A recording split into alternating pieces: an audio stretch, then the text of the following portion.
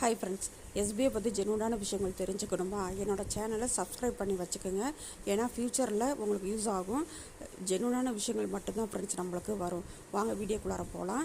இப்போ எஸ்பிஓவில் எப்படி ஒர்க் இருக்கும் அப்படின்னு நிறையா பேர்த்துக்கு ஒரு டவுட் இருக்கும்.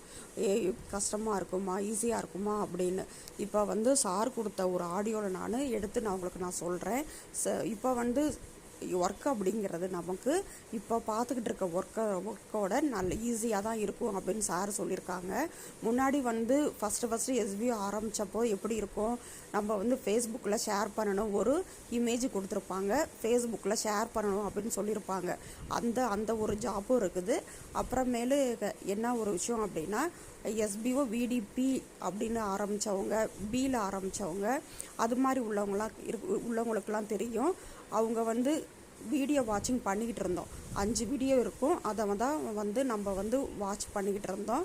அப்புறமேலு இப்போ ரீசெண்டாக வந்தவங்க எஸ்பிஓ விடிபி எண்ணில் ஆரம்பிக்கிறவங்க எல்லாமே ஆர்டிக்கல் ரேட்டிங்கு, அப்புறமேலு ஒரு அந்த ரேட்டிங் பண்ணணும். ஒரு இடத்துல போய் நம்ம ஒரு பேஜுக்குள்ளார இவ்வளோ நிமிஷம் இருக்கணும் அப்படிங்கிறது மாதிரி இருந்துச்சு. ஓகேங்களா? அந்த ஒரு ஜாப்பும் இருந்துச்சு. இதெல்லாம் மெர்ஜ் பண்ணி தான் இனிமேட்டு நம்மளோட வேலையை நம்ம செய்ய போகிறோம் அப்படின்னு சொல்லியிருக்காங்க. இதில் 3 கேட்டகரியான ஒர்க் இருக்குது அப்படின்னு சொல்லியிருக்காங்க. ஃபஸ்ட்டு டூ ஒர்க்கை அவங்கவுங்களோட திறமைகளுக்கு ஏற்ப நம்ம பண்ணிக்கலாம். எனக்கு எதுவுமே தெரியாது அப்படிங்கிறவங்க 3rd கேட்டகரியில் பண்ணிக்கலாம் அப்படின்னு சார் சொல்லியிருக்காங்க. இன்னும் 2 கேட்டகரி ஆன விஷயங்களும் இருக்குது, அதையும் சேர்த்து தான் நம்ம பண்ண போகிறோம். ஓகேங்களா? அதனால எல்லாருமே இப்போ ஐயோ எப்படி இருக்கும் அப்படிலாம் பயப்படாதீங்க. இங்கே எஸ்பிஓனா என்ன அப்படின்னு தெரிஞ்சவங்களுக்கு மட்டும்தான் ஃப்ரெண்ட்ஸ் இங்கே வேலை. சரி, நம்ம வெளியில் உட்காந்துட்டு என்னென்னவோ பேசுகிறோம்ல, புரிஞ்சிக்காதவங்க இடத்துல நம்ம பேச முடியாதுல்ல. எஸ்பிஓனா என்னன்னு தெரிஞ்சவங்களுக்கு மட்டும்தான் இங்கே வேலை. இது இனிமேட்டு நியூ ஜாயினிங் அப்படிங்கிறது கிடையவே கிடையாது. இப்போ நீங்கள் என்ன கற்றுக்குறீங்க அப்படின்னா, ஒரு விஷயத்தை எப்படி ஷேர் பண்ணுறது, இமெயில் எப்படி அனுப்புறது, அப்புறம் எப்படி ப்ரௌஸ் பண்ணுறது, இதெல்லாம் தயவுசெய்து எல்லாருமே கற்றுக்குங்க. ஓகேவா? ஒர்க்கு ஈஸியாக தான் இருக்கும். டெய்லி டாஸ்க் அப்படிங்கிறது அது எல்லாமே ஈஸியாக தான் இருக்கும். அதில் எனக்கு எதுவுமே தெரியாது அப்படிங்கிறவங்க தான் 3rd கேட்டகரியில் ஒர்க் பண்ண போகிறாங்க. இப்போ இதில் 1.5 வருஷத்துலேயே நம்ம 1 வருஷம் இல்லாட்டி 1.5 வருஷத்துலேயே எல்லாரும் பிஸ்னஸ் ஓனராக நம்ம மாற போகிறோம். ஓகேங்களா? இப்போ இதில் பிஸ்னஸ் அப்படின்னா என்ன, வேலை செஞ்சால் தான் ஒரு ஒர்க் அப்படிங்கிறது இருக்கும். ஒரு இடத்துல போய் ஒர்க் பண்ணுறோம் அப்படின்னா ஒர்க் பண்ணால் தான் நம்மளுக்கு சம்பளம் அப்படிங்கிறது இருக்கும். அப்படிலாம் இல்லாமல் சார் பிளான் வந்தோன்னா அது இன்னும் டீட்டெயிலாக சொல்கிறேன் அப்படின்னு சொல்லியிருக்காங்க. ஓகேங்களா?